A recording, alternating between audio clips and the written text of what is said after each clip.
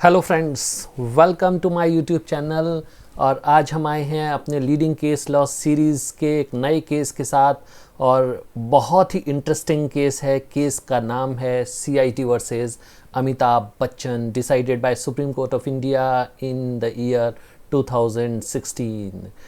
Friends, as you all know, I am CA Sanjeev Singh Thakur, and as usual, I am going to discuss a new case law that is very interesting, and it is related with different competitive exams like CA, CS, CWA, and LLB, and NET, JRF. So let's discuss a very interesting case, that is CIT versus Amitabh Bachchan. तो देखते हैं case कैसे start हुआ। I have designed a very presentable slides so that you can grasp the case very easily. तो देखते हैं कैसे start हुआ केस। अमिताभ बच्चन जी ने अपना रिटर्न फाइल किया, और ये रिटर्न फाइल किया इन्होंने assessment year, let me take pen, इन्होंने रिटर्न फाइल किया 2001-2002 असेसमेंट ईयर के लिए। वेरी गुड, बहुत अच्छा रिटर्न फाइल किया। उसमें इनकम शो की होगी, बिजनेस प्रोफेशन से इनकम शो की होगी। एओ ने नोटिस दिया, और नोटिस में उन्होंने कुछ इनकम्स को इंक्रीज किया। जब कुछ इनकम को इंक्रीज किया और कुछ क्लैरिफिकेशंस मांगे, तो अमिताभ बच्चन जी ने क्या किया कि उन्होंने he found mistake in his original return में इन्हें मिस्टेक लगा, और इन्होंने 139(5) में रिवाइज्ड रिटर्न सबमिट किया। रिवाइज्ड रिटर्न, तो इन्होंने अपना रिटर्न रिवाइज कर दिया। यहाँ तक कोई बात नहीं, नो प्रॉब्लम। तो इन्होंने क्या किया, ये जो रिवाइज्ड रिटर्न था, इसमें इन्होंने अपने पर्सनल सिक्योरिटी एक्सपेंसेस जो पहले शो नहीं किए थे वो क्लेम किए ₹3 crore. Exact amount was 3.17 crore, रफली 3 करोड़। 3 करोड़ रुपीस के पर्सनल सिक्योरिटी एक्सपेंसेस जो ओरिजिनल रिटर्न में क्लेम नहीं किए थे वो क्लेम किए एडिशनल। दैट मीन्स जैसे अगर प्रॉफिट एंड लॉस अकाउंट बनाएं, तो प्रॉफिट एंड लॉस अकाउंट में इन्होंने यहाँ पे कहा कि हमारे सिक्योरिटी एक्सपेंसेस भी हैं, और वो 3 करोड़ रुपीस के सिक्योरिटी एक्सपेंसेस हैं। Security expenses clear. ऐसा एक्स्ट्रा एक्सपेंस क्लेम किया। एक्स्ट्रा एक्सपेंस क्लेम करेंगे तो ये जो प्रॉफिट होगा यहाँ पे, प्रॉफिट नेट प्रॉफिट, वो प्रॉफिट कम हो जाएगा। Clear, yes. तो असेसिंग ऑफिसर ने कहा ओके, एक्सेप्टेड, आपने रिवाइज रिटर्न सबमिट किया। तो third number, I have given numbering in this entire case so that you can easily grasp what happens first and what happens next. तो एओ साहब थे, ये हमारे एओ साहब हैं। इन्होंने क्या किया, इन्होंने पूछा कि ये जो 3 करोड़ रुपए का आपने एक्सपेंडिचर शो किया, ये जो एक्सपेंडिचर है इसका सोर्स क्या है, ये पैसा आपके पास कहाँ से आया, तो आप इसका हमें बता दो। सोर्स, पैसा कहाँ से आया। तो अमिताभ बच्चन जी ने सोर्स के लिए इन्होंने एक्सपेंडिचर, इन्होंने सोर्स के लिए क्या बोला, ये बोले कि जो हमारा सोर्स है वो सोर्स क्या है कि ये जो पैसा है हमारे पास, वो पैसा ओल्ड सेविंग्स में से आया। हमने कैश में एक्सपेंडिचर किया और कैश हमारे पास था ये 3 करोड़ रुपीस, और वो सोर्स क्या था, ओल्ड सेविंग्स थी, पुरानी सेविंग्स थी, कैश में सेविंग्स थी, कैश में ही एक्सपेंडिचर किया पर्सनल सिक्योरिटी पे 3.17 करोड़ का। एओ साहब ने कहा अरे ऐसा क्या, ऐसा करेंगे आप 3.17 करोड़ का एक्सपेंडिचर कैश में करेंगे और सोर्स भी कैश में करेंगे, तो सोर्स भी कैश, एक्सपेंडिचर भी कैश, ऐसा नहीं चलेगा अमिताभ जी, ऐसा नहीं चलेगा। तो इन्होंने क्या किया, डिससेटिस्फाइड एओ, तो इन्होंने क्या किया, इंफॉर्मेशन दी अमिताभ बच्चन जी को। इंफॉर्मेशन, डायरेक्ट असेसमेंट भी कर सकते थे, लेकिन इन्होंने इंफॉर्मेशन दी अमिताभ बच्चन जी को कि क्यों ना हम सेक्शन 69C इन्वोक कर दें। तो हम बता दें आपको 69C क्या होता है। सेक्शन 69 कहता है अनएक्सप्लेन्ड एक्सपेंडिचर, यह हमने शो किया है। अगर कोई किसी एसएससी का अनएक्सप्लेन्ड एक्सपेंडिचर होता है जिसे वो सोर्स नहीं बता पाता खर्चे का, तो उसे क्या मान लिया जाता है? Under section 69C it is deemed as income, income मान ली जाती है। और इस पे जो टैक्स लगता है वो टैक्स का रेट होता है 60%। ये जो टैक्स होता है ना वो सेक्शन होता है 115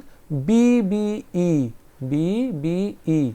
ये जो सेक्शन होता है, इस सेक्शन में टैक्स रेट होती है 60%, उस 60% का 25% सरचार्ज, और फिर इन दोनों का 4% हायर एजुकेशन सेस, तो इफेक्टिव रेट हो जाता है 78%। तो उन्होंने कहा, असेसिंग ऑफिसर ने इंफॉर्मेशन दी अमिताभ जी को कि क्यों ना हम 69C इन्वोक कर दें और आपका जो एक्सपेंडिचर है वो डिसअलाउ कर दें। यानी अमिताभ जी को पड़ गए लेने के देने। ये जो 3 करोड़ का एक्सपेंडिचर था वो भी डिसअलाउड हो रहा है और इस 3 करोड़ को मान लिया जाएगा डीम्ड इनकम और उस पर 78% की रेट से लगेगा टैक्स। और इसके बाद एक और सेक्शन होता है 271 AAC, उसमें पेनल्टी लगती है और वो पेनल्टी होती है 10%। तो 10% पेनल्टी भी लग सकती है टैक्स अमाउंट पे। सेक्शन होता है 271 AAC। तो ये दोनों इन्वोक हो सकते हैं। तो अमिताभ जी ने कहा कि अच्छा ये तो 78% की रेट से टैक्स लगा देंगे आप। तो फिर उन्होंने कहा ओके ओके ओके ऐसा करते हैं, सॉरी AO साहब, वेरी सॉरी, हम ऐसा करते हैं अपना जो रिवाइज रिटर्न है वो रिवाइज रिटर्न को हम क्या कर लेते हैं, विदड्रॉ कर लेते हैं और हमारा ओरिजिनल रिटर्न ही आप एक्सेप्ट कर लो। ये जो रिवाइज रिटर्न होता है ये सेक्शन 139(5) में होता है रिवाइज रिटर्न। तो उन्होंने कहा जो रिवाइज रिटर्न इसे हम विदड्रॉ कर लेते हैं और जो हमने 139(1) में ओरिजिनल रिटर्न सबमिट किया था वही हमारा वैलिड रिटर्न मान लो। लेकिन लॉ ऐसा नहीं है। सेक्शन 139(5) कहता है once you submit your revise return it that means original return stands withdrawn. एक बार रिवाइज रिटर्न सबमिट कर दिया तो ये ओरिजिनल रिटर्न विदड्रॉ हो जाता है, इसका कोई रेलेवेंस लीगल स्टैंडिंग नहीं रहती है। लेकिन अमिताभ जी ने कहा सॉरी हम ये रिटर्न जो है वो हम विदड्रॉ कर रहे हैं, रिवाइज रिटर्न हमारा ओरिजिनल रिटर्न ही आप मान लो। और AO साहब ने क्या किया, उन्होंने कहा बहुत अच्छा आपकी बात हम मान लेते हैं, उनकी रिक्वेस्ट को मान लिया। और AO साहब ने क्या किया कि असेसमेंट कर दिया। और असेसमेंट किस बेसिस पे कर दिया, ओरिजिनल ROI के बेसिस पे। यानी वो जो 3 लाख वाला रिवाइज रिटर्न था वो उसे कंसीडर किया ही नहीं और ओरिजिनल रिटर्न पे असेसमेंट कर दिया, यानी पेनल्टी वगैरह नहीं लगाया, एक्स्ट्रा टैक्स नहीं लगाया। तो ये तो बहुत अच्छा हैप्पी एंडिंग, यहाँ तक तो बहुत अच्छी बात है। लेकिन कहानी अभी बाकी है दोस्तों।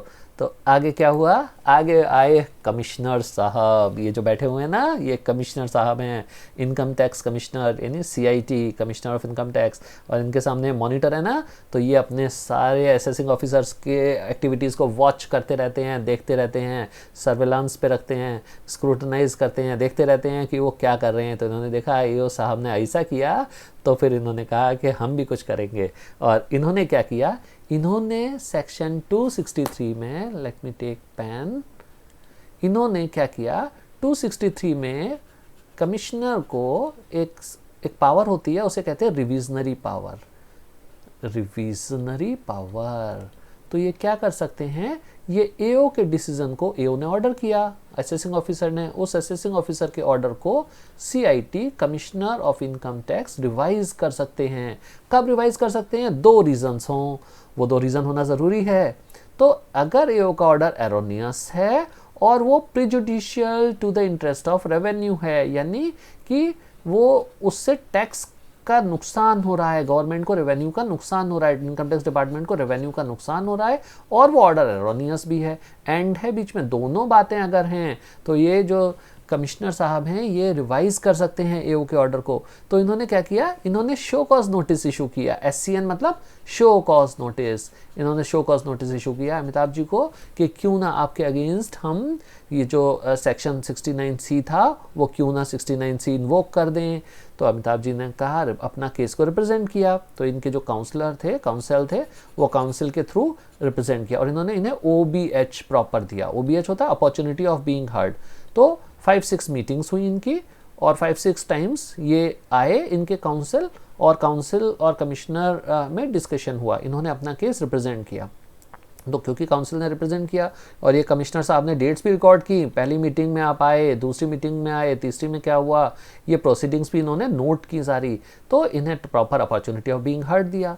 इसके बाद इनके ऑर्डर से डिससेटिस्फाई होके जो ये CIT साहब थे, इन्होंने क्या किया कि 263 में ऑर्डर पास कर दिया और अमिताभ जी की लाइबिलिटी को कर दिया इंक्रीज, टैक्स लाइबिलिटी बढ़ा दी और 263 में अपनी पावर्स को यूज़ करके ऑर्डर पास कर दिया। अब क्या हुआ, Amitabh Bachchan ji aggrieved with the decision of income tax commissioner, CIT साहब के ऑर्डर के से एग्रीव्ड हैं। तो अमिताभ जी ने क्या किया, अमिताभ जी पहुंचे ITAT, कमिश्नर CIT के अगेंस्ट जो अपील होती है वो अपील होती है ITAT में, इनकम टैक्स अपीलेट ट्रिब्यूनल में, फर्स्ट अपील अपीलेट ट्रिब्यूनल में। वैसे कमिश्नर अपील के यहाँ अपील होती है अगर असेसिंग ऑफिसर का ऑर्डर हो। देखो अपीलिंग सिस्टम कैसे चलता है, अगर AO का ऑर्डर हो तो AO के ऑर्डर की अपील होती है कमिश्नर अपील के यहाँ, कमिश्नर अपील के ऑर्डर के अगेंस्ट अपील होती है ITAT में, income tax appellate tribunal. Income tax appellate tribunal के अगेंस्ट अपील होती है हाई कोर्ट में, लेकिन ये अपील तभी होती है जब सब्सटेंशियल क्वेश्चन ऑफ लॉ होता है। अगर क्वेश्चन ऑफ फैक्ट होता है तो ITAT का डिसीजन फाइनल, लेकिन अगर सब्सटेंशियल क्वेश्चन ऑफ लॉ होता है तो अपील होती है हाई कोर्ट में, और फिर हाई कोर्ट के अगेंस्ट अपील होती है सुप्रीम कोर्ट में। तो ये हायरार्की है, अपील हायरार्की। तो अगर इनकम टैक्स कमिश्नर का ही ऑर्डर है तो फिर कमिश्नर अपील के पास नहीं जाता, क्योंकि दोनों कमिश्नर है ना, तो कमिश्नर के अगेंस्ट अपील कमिश्नर के पास नहीं जाएगी, वो हायर अथॉरिटी के पास जाएगी और ITAT के पास जाएगी। तो ITAT में ऑर्डर किया, अपील किया अमिताभ जी ने, तो अपील किया तो ITAT ने पूछा कि ऐसा क्या है आपके केस में कि हम आपकी बात सुने और आप क्यों अपील करना चाहते हैं, क्यों डिससेटिस्फाइड है, why you are dissatisfied with the order of CIT। तो अमिताभ जी ने कहा कि ये जो अपील है बिफोर ITAT, उन्होंने ग्राउंड्स दिए कि जो रिविजनरी ऑर्डर पास किया है कमिश्नर साहब ने 263 में अंडर सेक्शन 263 और जो शो कॉज नोटिस दिया था, ये दोनों डिफरेंट हैं, ये मैच नहीं करते। SCN जो दिया था, SCN में कुछ बातें बताई थी कमिश्नर ने, बहुत सारी बातें पूछी थी, उनमें से 2-3 बातें मैच करती थी, लेकिन इनका लॉजिक ये था कि SCN में जो बातें हैं और जो 263 का ऑर्डर है उस ऑर्डर की बातें मैच नहीं करती हैं, और क्योंकि मैच नहीं करती हैं इसलिए इन्हें अपॉर्चुनिटी ऑफ बीइंग हर्ड नहीं मिला, जो 263 सेक्शन की एसेंशियल रिक्वायरमेंट है। और क्योंकि OBH नहीं मिला इसलिए ये जो कमिश्नर का ऑर्डर है it is liable to be questioned. तो ITAT ने कहा बिल्कुल सही जवाब, आपने बहुत अच्छा जवाब दिया और आपकी बात हम मानते हैं, और आपकी बात मान के कमिश्नर के ऑर्डर को कर देते हैं क्वेश्चन्ड। तो इन्होंने क्या किया, ITAT passed order in favour of AB means Amitabh Bachchan ji के फेवर में ऑर्डर पास कर दिया, और जो CIT साहब का ऑर्डर था उसे टर्मिनेट कर दिया। ग्राउंड क्या थे, उन्होंने ग्राउंड दिया violation of doctrine of natural justice. Natural justice doctrine का वायलेशन हुआ, और डॉक्ट्रिन का वायलेशन क्यों हुआ, क्योंकि इन्हें OBH नहीं मिला, अपॉर्चुनिटी ऑफ बीइंग हर्ड नहीं मिला, सो कॉज नोटिस किसी और बात पे था, ऑर्डर किसी और बात पे था, ऐसा कहा।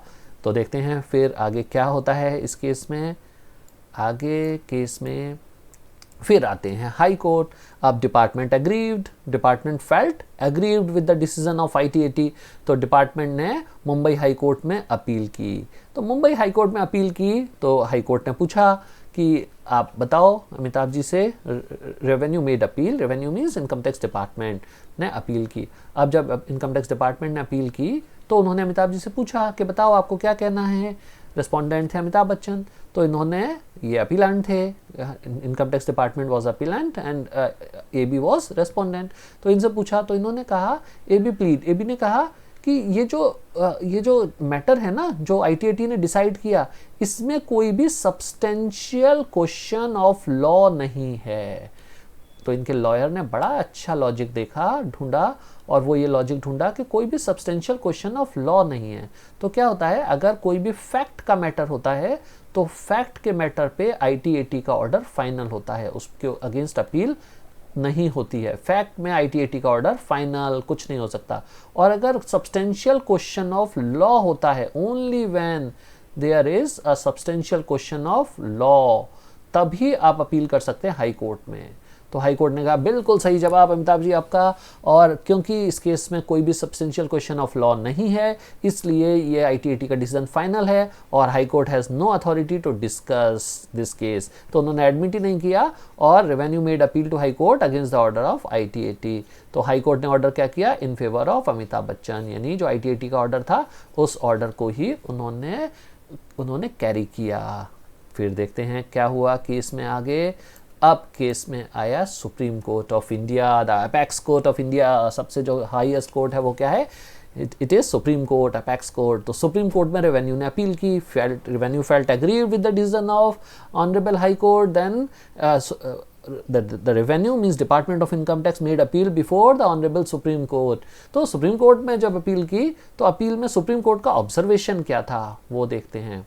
सुप्रीम कोर्ट ने ऑब्जर्वेशन था, सुप्रीम कोर्ट ने केस को सुना, सभी को, सारे एस्पेक्ट्स को। सुप्रीम कोर्ट ने कहा पहली बात, there is no violation of doctrine of natural justice. ये जो सो कॉज नोटिस था ना ITAT में कहा था इन्होंने कि SCN सो कॉज नोटिस में जो बातें थी और जो OBH दिया था वो दोनों बातें अलग अलग थी, यानी ऑर्डर किया था जो सो कॉज नोटिस, OBH और ऑर्डर, 3 बातें थी। तो उन्होंने कहा कि जो ऑर्डर था 263 का, उस ऑर्डर में जो बातें थी और जो शो कॉज नोटिस था उन दोनों में बातें अलग अलग थी। तो सुप्रीम कोर्ट ने देखा पहले तो 3 बातें ऐसी थी, 3 एस्पेक्ट्स इश्यूज ऐसे थे जो ऑर्डर में भी थे और शो कॉज नोटिस में थे। दूसरा उन्होंने कहा कि there is high court must have ITAT must have understood the difference between SCN and OBH। Show cause notice और OBH में डिफरेंस है। शो कॉज नोटिस अलग चीज़ है। उन्होंने 2 पुराने केसेस का भी रेफरेंस दिया सुप्रीम कोर्ट ने, सुप्रीम कोर्ट के ही केसेस का, और उन्होंने कहा कि there is a difference between show cause notice and opportunity of being heard. इन दोनों में डिफरेंस है। सेक्शन 263 बात करता है केवल OBH की, अपॉर्चुनिटी ऑफ बीइंग हर्ड की। सेक्शन 263 में कहीं भी शो कॉज नोटिस जैसा वर्ड यूज हुआ ही नहीं है, और क्योंकि शो कॉज नोटिस यूज हुआ ही नहीं है तो कमिश्नर को जरूरत ही नहीं थी, शो कॉज नोटिस की जरूरत नहीं थी। फिर भी अगर दे दिया तो दे दिया, लेकिन उसकी वजह से कोई नेचुरल जस्टिस का वायलेशन नहीं हुआ। और OBH प्रॉपर दिया था क्योंकि कई सारी मीटिंग्स हुई थी ना, और जिन्हें कमिश्नर साहब ने उन मीटिंग्स की प्रोसीडिंग्स को रिकॉर्ड भी किया था।